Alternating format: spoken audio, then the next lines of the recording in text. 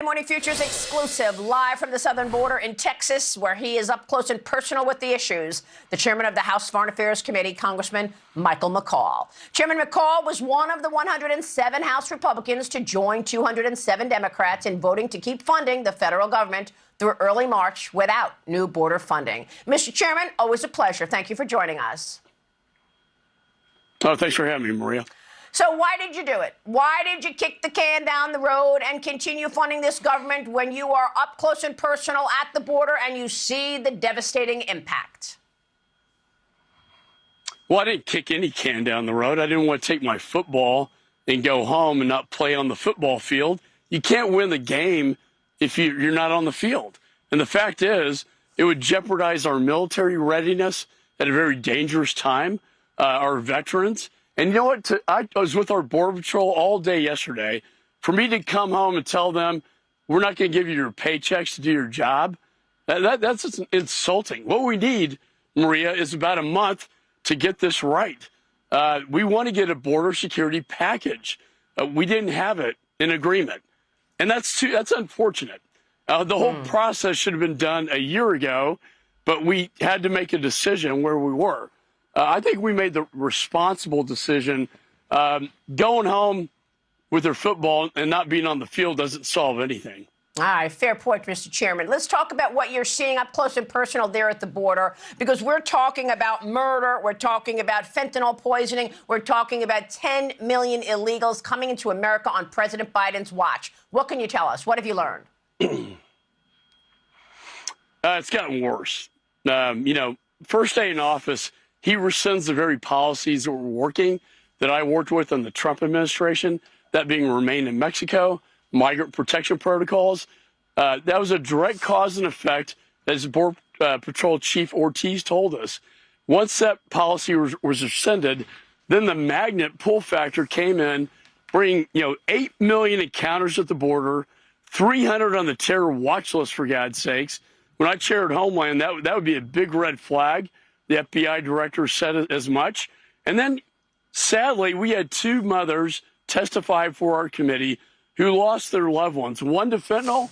Another daughter got raped by an MS-13 gangbanger from Honduras. This is the real-life tragedy that we are seeing, on the ground. It's tearing apart the fabric of this nation, and it's a human tragedy, and it needs to stop. And I'm going down to Mexico City to talk to the president of Mexico and all the elected officials and government officials.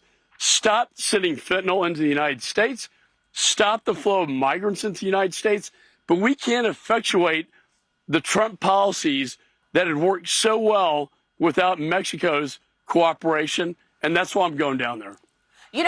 Congressman, a couple of weeks ago, we had all these demands coming from the president of Mexico, right? We're not going to help you unless you do 1, 2, 3. I'm wondering who's really running Mexico. Do you get a sense that the president of Mexico is in charge, or are these dangerous drug cartels running Mexico? I think the latter. I think you have a president who's playing laissez-faire with them. Play nice in your sandbox. Don't kill each other. And by the way, bring home the bacon. And that's a model that has to stop. President Trump, he threatened them with tariffs and said, look, if you don't agree to remain in Mexico, and simply what that means, Maria, is their political asylum claims are adjudicated outside the United States. What we saw yesterday is we don't have enough detention space. So they release them, catch and release, into society. That is the key here that has to stop. And it's not throwing a bunch of money down here. It's policy changes. Yeah. I thought it was really interesting that suddenly President Biden claims that the border is not secure. He claims he's been saying this for 10 years, Congressman. Now he's admitting it with 2 days before New Hampshire and 289 days before the election. Do you believe that Republicans can actually unite at this moment in time against the Biden policies and actually make a change at the border? We have to. And this epiphany is very interesting. I was in the White House with the National Security Chairman. He told me, I know the border's broken. I know it needs to be fixed. I know we need significant change down there, in his words. But what does that mean?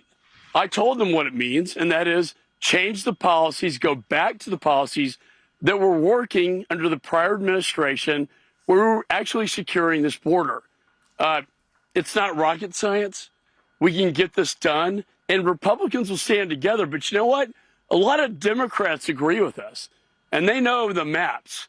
They know this is an 80-20 issue, and they know that if they can go back home and say they did something, because it's not just here, Maria, it's in New York, it's in Ohio, it's everywhere across the nation that's impacted. And thank God my governor has sent the migrants to New York so they can get a little bit of taste about what we experience here in Texas. Yeah, we're going to talk with Governor Greg Abbott tomorrow morning on Mornings with Maria over on Fox Business. That'll be important to talk about what he's been doing there. But let me get your take, Mr. Chairman, on what's going to happen with Alejandro Mayorkas this week. You've got another hearing in terms of this impeachment hearing. Are you going to be able to take this across the finish line and impeach Mayorkas? We have to. You know, I'm one voice, but I represent 800,000 people. When I go home, number one issue, border. And this one man is the architect of destruction down here. One man has caused all this chaos, deaths of fentanyl poisoning, you know, danger to the country with terrorists coming in, 8 million encounters with no legal status. He is the architect. He has destroyed the fabric of this nation. He is the one who has injured society, as the founding fathers talked about. Breach of public trust was sufficient for impeachment by the founding fathers, and we intend to go forward. Chairman Mark Green's doing a great job. We're working together. Articles of impeachment January 31st, and we will impeach him after that. All right. We will be watching that. Mr. Chairman, I know that you're going to Mexico City, and you've also been to that lab where they're collecting fentanyl, and you're doing lots of work there. Thanks for going to the border, sir, and thank you for joining me this morning. Well, thanks for having me, Maria, always. All right. Congressman Michael McCaul this morning.